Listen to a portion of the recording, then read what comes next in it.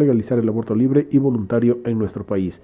Se va a revictimizar a la víctima al no contemplar una denuncia y permitiendo que el violador regrese con la casa a ella. Esta fue la intervención número 7 dentro del Pleno de la Asamblea Nacional. Que esta Asamblea tiene una obligación principal. Escuchamos al asambleísta Pedro Velasco, representante de la provincia del Carchi. Y no temas ideológicos o políticos o de conciencia. ¿Y cuál es el origen y el motivo esencial para que estemos nosotros debatiendo un tema trascendental? Es una sentencia emanada de la Corte Constitucional por demandas de inconstitucionalidad que se presentaron en los artículos 149 y 150 del Código Orgánico Integral Penal, que habla precisamente el artículo 149 del aborto consentido y el 150 del aborto no punible. Sentencia de abril del año 2021. Y lo grave que una sentencia está tomándose atribuciones que no la tiene la Corte Constitucional. Está disponiendo que otros órganos diferentes se sometan a una decisión de elaborar leyes quitándonos facultades exclusivas a la Asamblea Nacional.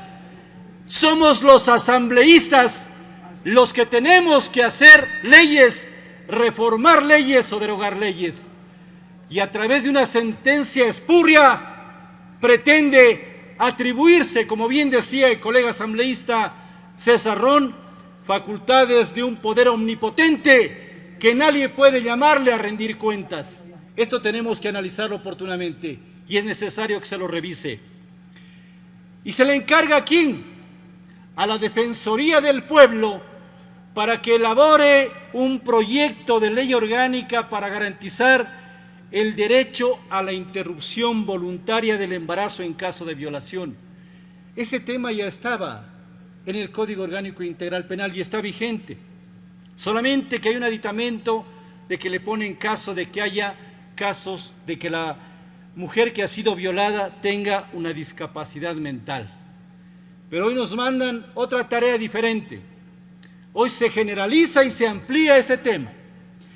Se olvida de que hay un marco jurídico constitucional que nos rige y está vigente y que nadie de nosotros, de todos los ecuatorianos, podemos irnos por encima de la Constitución, que habla precisamente el artículo 45 en su parte final, que se garantiza el derecho a la vida desde la concepción.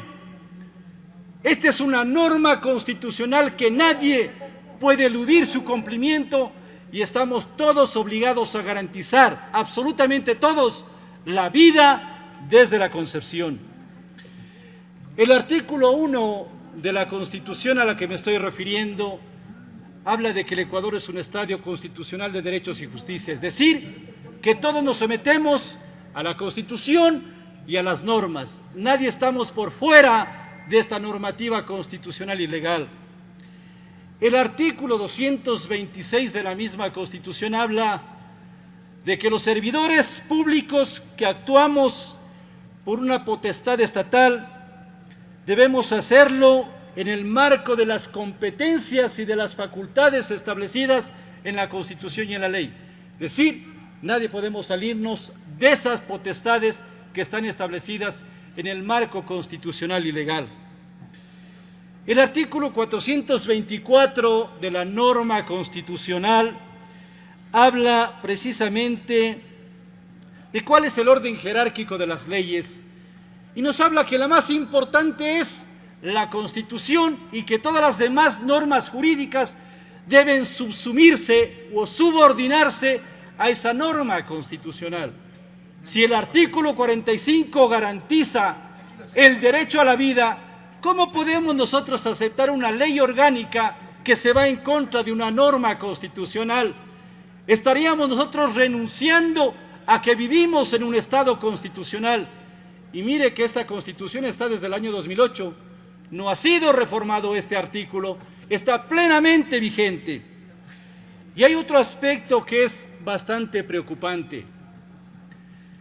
A pesar de que está garantizado en el artículo 66 dentro de los derechos de libertad, en el numeral 12 habla del derecho a la objeción de conciencia.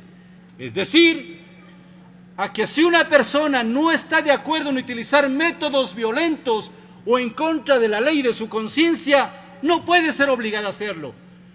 Pero con estas facultades extraordinarias que se les está dando a través de una ley totalmente ilegal e inconstitucional, se le está obligando a los médicos, a los profesionales que trabajan en la salud, a irse en contra de su propia conciencia. Y se les conmina a realizar actos de aborto que si conciencia no le permite, tienen que hacerlo. Caso contrario, tendrían que derivar a otros servicios de salud. Esto es grave. Cuando un profesional de la salud, un médico, obtiene su título para ejercer su derecho al trabajo, a su profesión, realiza un juramento hipocrático. Y ese juramento es defender la vida, la salud de las personas. Y no se le puede conminar a través de una simple ley a irse en contra de su conciencia y de ese juramento hipocrático.